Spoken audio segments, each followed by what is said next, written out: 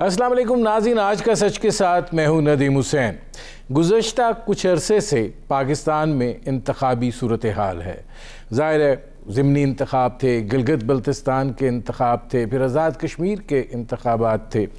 ये सारा सिलसिला चलता रहा है और इस सिलसिले के नतीजे में एक ऐसी लफ्ज़ी जंग का भी आगाज़ हो गया है जो अदाराजाती सूरत हाल के ऊपर एक सवालिया निशान भी बना रही है और नुकसानदेह भी है।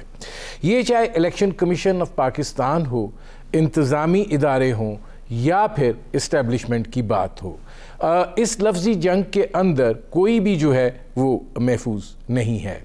कल एहसन इकबाल साहब ये कह रहे थे कि इस्टेब्लिशमेंट को ये तय करना होगा कि वो रियासत के साथ हैं या फिर वो किसी एक पार्टी के साथ हैं। इंतखाबात के हवाले से जो धांधली का तसव्वुर लिया जाता है उसके अंदर इन सब इदारों को जो है वो मुर्द इल्ज़ाम जो है वो ठहराया जाता है।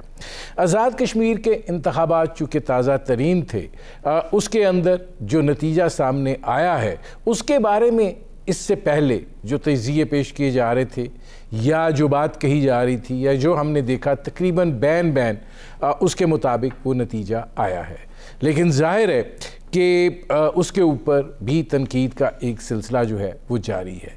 फिर सवाल ये पैदा होता है कि अगर मामलात इसी तरीके से हैं तो फिर इंतखाबी इस्लाहात की जानिब क्यों नहीं बढ़ा जाता। इख्तलाफात अपनी जगह, जो आपकी आपस की लड़ाई है वो भी अपनी जगह, मुकदमात जो हैं वो भी अपनी जगह। कुछ अरसे बाद एक नया इंतखाबी मूड जो है वो भी शुरू हो जाएगा और जाहिर है कि वो फिर आम इंतखाबात की जानिब तेज़ी के साथ सफ़र होगा और उससे पहले अगर इंतखाबी इस्लाहात नहीं होती हैं तो फिर यही सारा सिलसिला जो है उसका दोबारा आगाज़ हो जाएगा। दूसरी बात ये है कि ये तासुर जो पैदा हो रहा है कि किसी एक पार्टी का साथ है, चीफ ऑफ आर्मी स्टाफ कह चुके हैं कि जो भी हुकूमत होगी हम उनके पीछे खड़े हैं, लेकिन ये तासुर जो है ये यकीनन नुकसानदेह है और ये मामलात जो हैं ये अब बढ़ते चले जा रहे हैं। ये वो सूरत हाल है जिस पर करेंगे बात। आपका अपने मेहमानों से तारुफ़ करवाते हैं। हमारे साथ मौजूद हैं वसीम सज्जाद साहब, साबिक चेयरमैन सेनेट रहे। हमारे साथ मौजूद हैं चौधरी मंजूर साहब, पाकिस्तान पीपल्स पार्टी के रहनुमा हैं। और हमारे साथ मौजूद हैं major general retired Ejaz Awan sahab, Mumtaz तज़िया निगार हैं।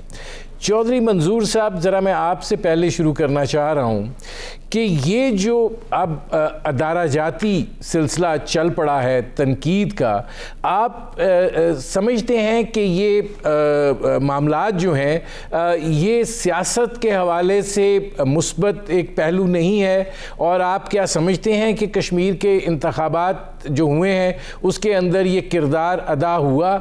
आप लोगों ने कैंपेन चलाई की, 11 सीटें आप लोगों ने हासिल की। देखिए, पहली बात यह है कि ये अलमिया है मुल्क का। कल मेरे साथ एक प्रोग्राम में ख्वाजा ये थे राजा फारूक हैदर साहब, उन्होंने ये बात की, कोई ब्रिगेडियर गजनफर साहब उधर है, मुझे तो नहीं पता कि उसके हवाले से कि टिकट भी उन्होंने दिए, बंदे भी वो दूसरी पार्टियों से उठा कर ले जाते रहे और फिर अल्टीमेटली वो पैसे वैसे वाला कोई इशू वो कल बता रहे थे काशिफ अब्बासी के प्रोग्राम में। तो मेरे इल्म में तो नहीं सारी चीजें, क्योंकि मैं उस तरह से हमारे कश्मीर के लीडर्स को बिल्कुल पता होगा, लेकिन अगर ये बातें दुरुस्त है तो फिर ये सारी चीजों को देखना पड़ेगा।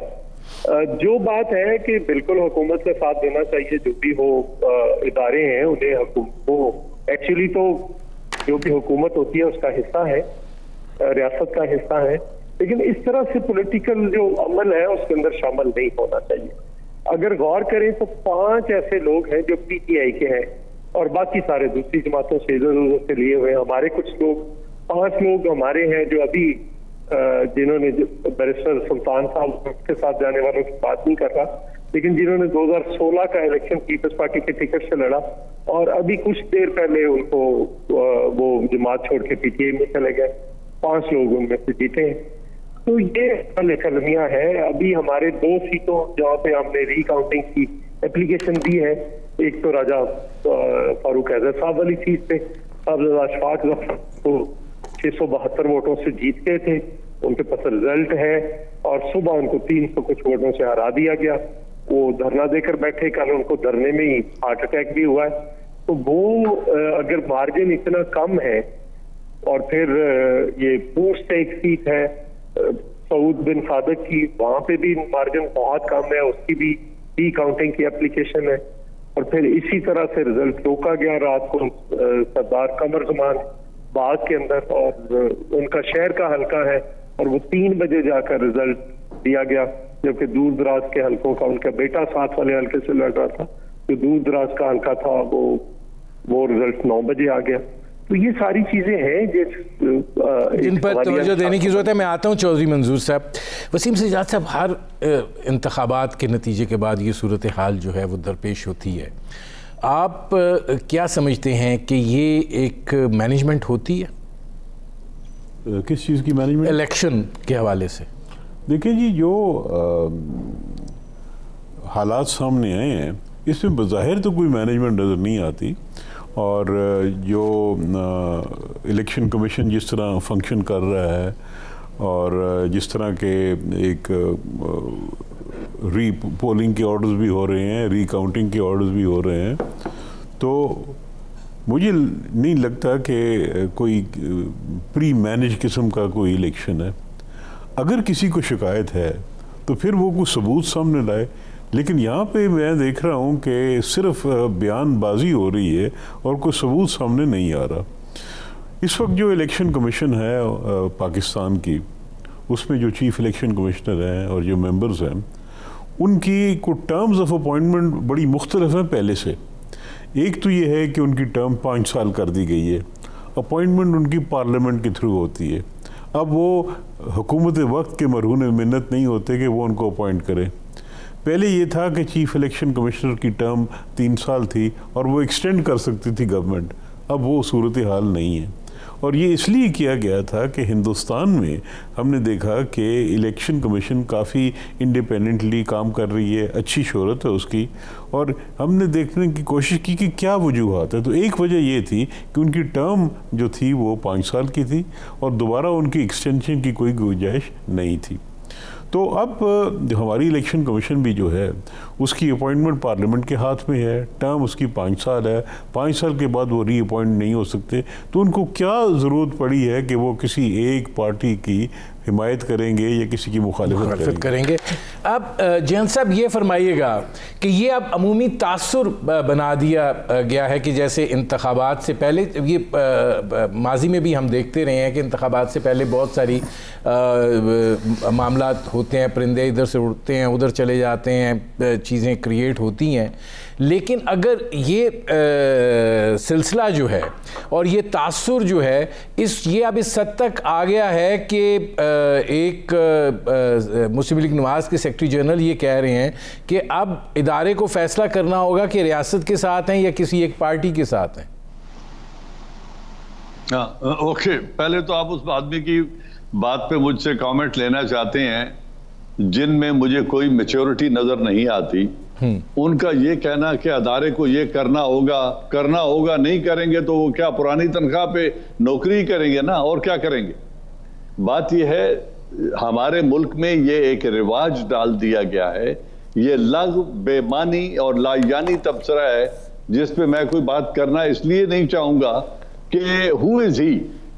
पहली बात यह है कि जिस दिन नवाज शरीफ की हुकूमत थी, अगर जनरल राहील शरीफ उनके साथ जहाज में बैठ के अपनी DGISI को लेके अमेरिका जाए तो एस्टेब्लिशमेंट ठीक काम कर रही है, उन्हीं के जहाज में उनके साथ बैठ के ईरान का विजिट करें तो एस्टेब्लिशमेंट ठीक काम कर रही है। और अब एस्टेब्लिशमेंट जो है वो उनको तकलीफ हो रही है कि एस्टेब्लिशमेंट हुकूमत के साथ क्यों खड़ी है। एस्टेब्लिशमेंट हुकूमत का अदारा है, उनके पास हुकूमत के साथ रहने के अलावा कोई ऑप्शन ना है, ना होनी चाहिए। मातहत अदारा है, प्राइम मिनिस्टर के मातहत ही काम करेगा। तो ये उसको लेबल करना ये एक घटिया सियासत है। आपने बात की परिंदों की, ये परिंदे तो उड़ान के आदी हैं सारे के सारे। आप कौन से परिंदे की बात कर रहे हैं? कौन सा मार्शल लॉ की गोद में जाके नहीं बैठा? किसने एस्टेब्लिशमेंट की बात नहीं मानी? नवाबजादा नसरुल्ला और जुल्फकार अली भुट्टो अयूब खान की कैबिनेट में नहीं बैठे थे? बहुत बड़े अलमबरदार हैं सियासत के, बैठे थे ना उनकी कैबिनेट में। नवाज शरीफ जियाउल हक की कैबिनेट में नहीं बैठा? चौधरी शुजात हुसैन और फजलुर रहमान मुशर्रफ की कैबिनेट में नहीं बैठे? सब के सब बैठते हैं। कौन सी नई बात है? अभी जब डेमोक्रेसी है, 15 साल से जमहूरियत चल रही है बगैर किसी इंटरप्शन के, और फिर भी अगर ऐसी बेमानी, लग और घटिया बातचीत करनी है और अदारों पर इल्जाम तराशी करनी है, तो ये लोग ऐसे लोगों को रिजेक्ट कर चुके हैं। मुझे नहीं नजर आता कि आपको ये एहसास बात क्यों नजर आ रही है। आपने 2 दफा कहा जी ये तो बड़ी सेंसिटिव क्या बात है? ये एक थर्ड क्लास कमेंट है सियासी, और इसको लोग थर्ड क्लास ही समझते हैं, इससे कोई फर्क नहीं पड़ता। मैं आता हूं जनरल साहब। अब चौधरी मंजूर साहब ये फरमाइएगा कि इस सारी सूरत हाल में आप ये नहीं समझते कि पार्लियामेंट को एक मौसर किरदार अदा करना चाहिए, और अगर शिकायत हैं धांधली के हवाले से या किसी और तरीक़ाकार के हवाले से, तो उस पर कानून साजी होनी चाहिए बजाय इसके कि एक महाजराई की कैफियत पैदा हो जाए? अच्छा, पहली बात यह है कि मैं बड़ा एहतराम करता हूँ जनरल साहब का, लेकिन इन्होंने तो सारी बातें मान ली है खुद ही अपने आर्गूमेंट के अंदर। कौन है जिसने एस्टेब्लिशमेंट की बात नहीं मानी? इसका मतलब ये हुआ कि एस्टेब्लिशमेंट अपनी बात मनवाती है हर इलेक्शन के अंदर या हर टाइम। वो हमारा तो सिर्फ इतना मुतालबा ही है, आपका काम नहीं, आप सिर्फ साइड में हो जाए, आप अपना काम करें। अच्छा हो रहा है, बुरा हो रहा है, अगर बुरा हो रहा है तो उसको देखा जाए, उसको बेहतर किया जा सकता है। सियासत में अगर बुरा हो रहा है तो सियासतदानों को करने दीजिए, वो काम कर लेंगे। ये बात तो मान ली एक बात। दूसरी बात यह है कि देखिए, कौन कहता है कि रिफॉर्म्स नहीं होनी चाहिए? आपका ख्याल है मशीनों की वजह से धांधली होती है इंडिया में, या जो धांधली नहीं होती? जब मशीनें नहीं थी तब धांधली होती? कौन से आवाज आई? एक दिन भी आवाज आई इतना मजबूत? वो कश्मीर के इलेक्शन कमीशन को नहीं। अगर चीफ इलेक्शन कमिश्नर ने खत लिखा था कि हनी अमीन गंडापुर, और पहले तो ये बात है देखने जरा कि कैसा कमाल है, उस कश्मीर वाले कहते हैं मोदी चला जाए, इधर वाले कहते हैं ये हुकूमत चली जाए। हुकूमत का वो वजीर जो अमूर कश्मीर का है वो कश्मीर के अंदर दाखिल ना हो। और अगर या तो खत मेरे ख्याल के मुताबिक लिखना नहीं चाहिए था, अगर लिखा था तो फिर इतनी जान होनी चाहिए थी या उसको रोकते, और अगर वो नहीं रोक पाया तो खुद अपना इस्तीफा दे के घर चले जाते। नाज़रीन, हमारी गुफ्तगू जारी है, एक मुख्तसर से कमर्शियल ब्रेक का वक्त हुआ है, मिलते हैं इस वक्फे के बाद।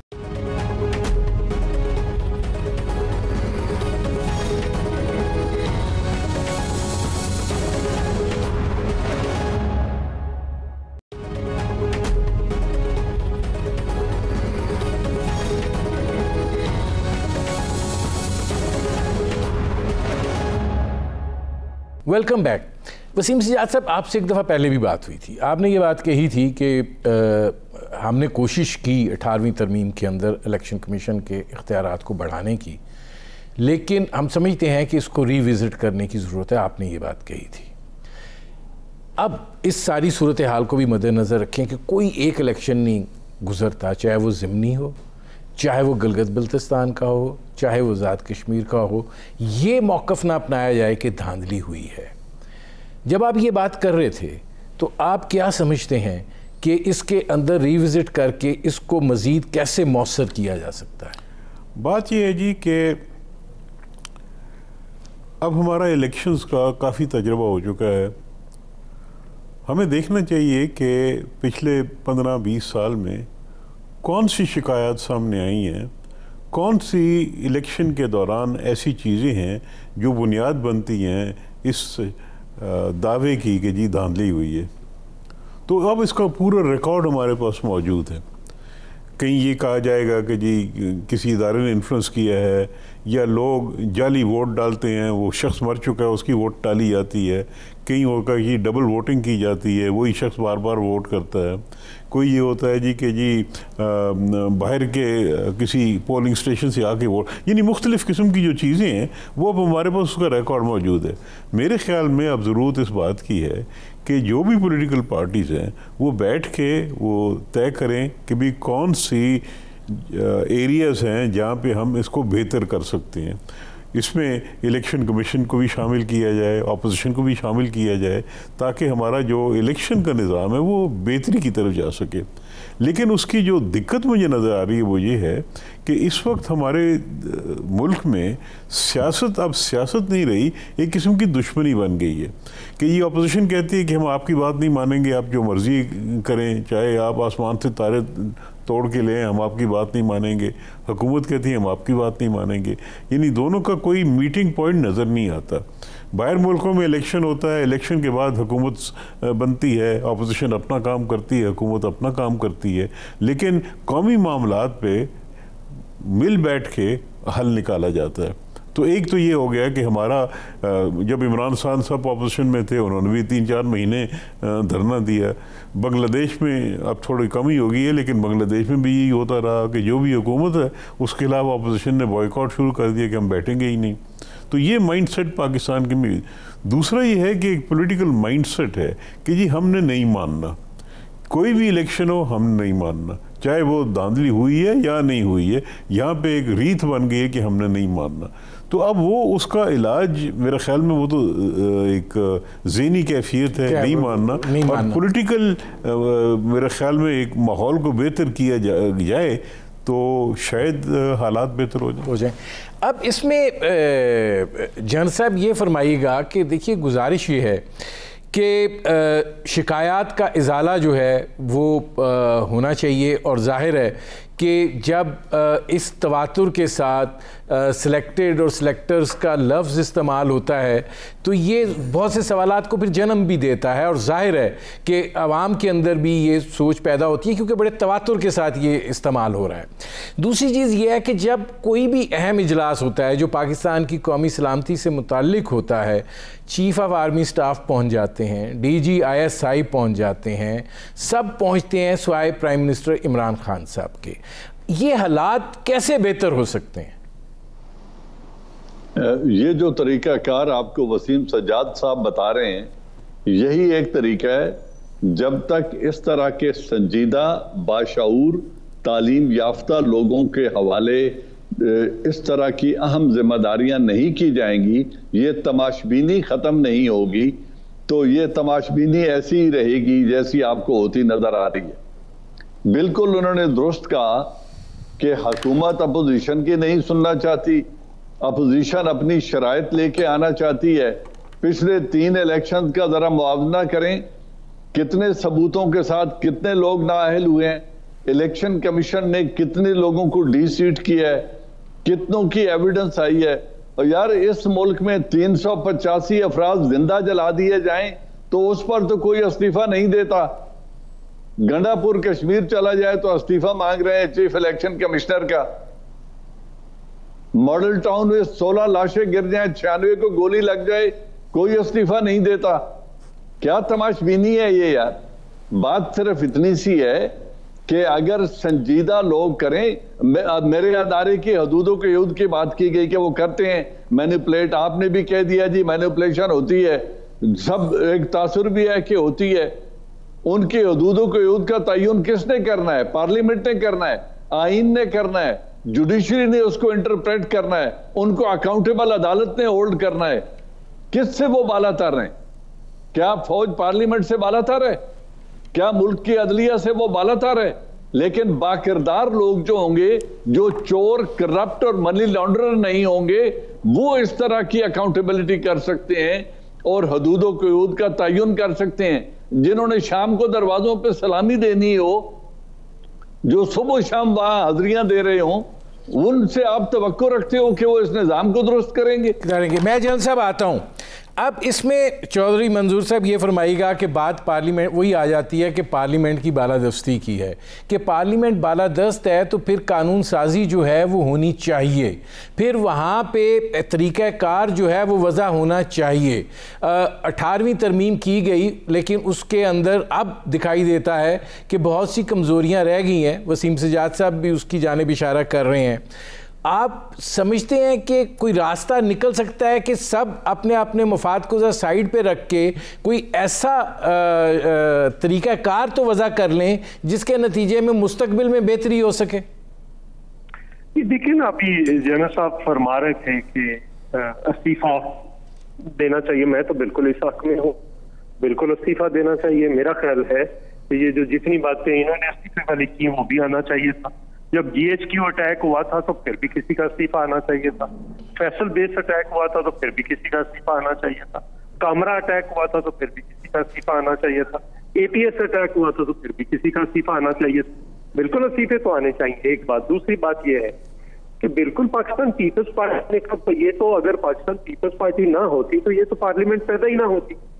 हमने कहा कि हमें एतराज है, लेकिन उसके बावजूद हम ना खुद इस पार्लियामेंट में गए बल्कि बाकी पार्टियों को भी रजामंद करके प्रोसेस के अंदर हम आए। हम आज भी प्रोसेस के अंदर, हम कह रहे हैं हमारे एतराजात है, लेकिन उसके बावजूद हम प्रोसेस से बाहर नहीं जा रहे। पाकिस्तान पीपल्स पार्टी ने हमेशा बिहेव किया है। जब मोहतरमा बेनजीर भुट्टो मुल्क में लैंडस्लाइड धांधली करके 14 सीटों पे रखा गया था, तब भी हम गए थे उधर, तब भी हमने अपना रोल अदा किया। और फिर इसके बावजूद जो ये बात करना चाह रहे हैं करप्ट तो बहुत सारे लोग हैं। बिल्कुल तो चाहता हूं कि एक ऐसा इदारा बने जो मेरा भी एहतसाब करे। मेरा बेशक पहले कर ले, फिर जजों का, जर्नैलों का, ब्यूरोक्रेट्स का, सबका करे। एक ऐसा इदारा इस मुल्क के अंदर होना चाहिए जो सबको पूछ सके। लेकिन अपनी बारी पे वो सब लोग कहते हैं कि नहीं, हम तो इससे बालातर हैं, बस सिर्फ बाकी लोगों का हो। अगर करप्ट है तो देख लिया जाए कौन किसकी कितनी तनख्वाह थी और वो आज के दिन वसाइल में रह रहा है, तो आपको पता चल जाएगा कौन करप्ट है कौन नहीं है। जो भी करप्ट है मेरी पार्टी में को है तो मैं बिल्कुल उसको डिफेंड करने के लिए तैयार। ये बात को जनरल साहब को भी कहनी चाहिए, ये बात सबको, आपको भी, जर्नलिस्टों के अंदर कहनी चाहिए। जो बंदा करप्ट है वो तो मौज मेला कर रहा है, जो बाकी लोग हैं वो ज़मीरों ख्वार हो रहे हैं। ठीक, मैं मुझे चौधरी साहब एक मिनट जरा, एक आखिरी मेरा जी। रिफॉर्म्स पे पाकिस्तान पीपल्स पार्टी ने हमेशा कहा है, हमने खुद भी की और अब भी तैयार है। लेकिन उसके लिए अगर कोई ये समझता है कि रिफॉर्म सिर्फ मशीनों की वजह से हो जाएगी, ये बात मैं मानने के लिए तैयार नहीं हूँ। IGI मशीनों ने बनाई थी इस मुल्क के अंदर, जो सारी जिंदगी के ना अमीर तो क्रेडिट लेते रहे। क्या पैसे तकसीम मशीनों ने किए थे 90 के इलेक्शन में? तो ये बहरहाल चीजें हैं जिनसे गौर करना पड़ेगा। मुझे एक ब्रेक लेना पड़ रहा है चौधरी साहब। नाज़रीन, हमारी गुफ्तगू जारी है, एक मुख्तसर से कमर्शियल ब्रेक का वक्त हुआ है। मिलते हैं इस वक्फे के बाद।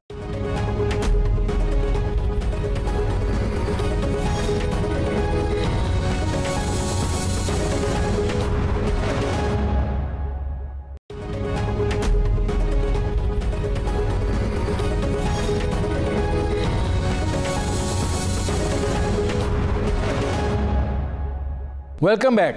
जन साहब, यहाँ पे जो चौधरी मंजूर साहब ने बात की है, आप उसको रिस्पॉन्ड भी कर सकते हैं। और दूसरा ये है कि ये जो बात है कि एक ऐसा इदारा होना चाहिए जिससे ये तासुर उभर कर सामने आए, बल्कि ये बिल्कुल एग्जैक्ट होना चाहिए कि एहतसाब जो है वो अक्रॉस द बोर्ड हो। आप समझते हैं कि ये जो एहतसाबी अमल है ये अक्रॉस द बोर्ड है? जो आपने सवाल किया है जी जी, वो ये है कि एक अदारा होना चाहिए। अदारा जुडिशरी है ना पाकिस्तान की, हाई कोर्ट्स भी हैं, सुप्रीम कोर्ट भी हैं, पार्लियामान भी है, जुडिशल कमीशन भी बनते हैं। किसने होल्ड करना है? नैब भी है, FIA भी है, तहकीकात के लिए अदारे मौजूद हैं। इन अदारों को कोई काम तो करने दे भाई। इन अदारों में आप मुतनाज़ा बना देते हैं अदारों को खुद। अभी जिस तरह वसीम सज्जाद साहब ने फरमाया कि चीफ इलेक्शन कमीशन को 5 साल के लिए पार्लियामेंट ने मुंतखब किया। आपका एक पार्लियामेंटेरियन या है या नहीं है मुझे नहीं पता।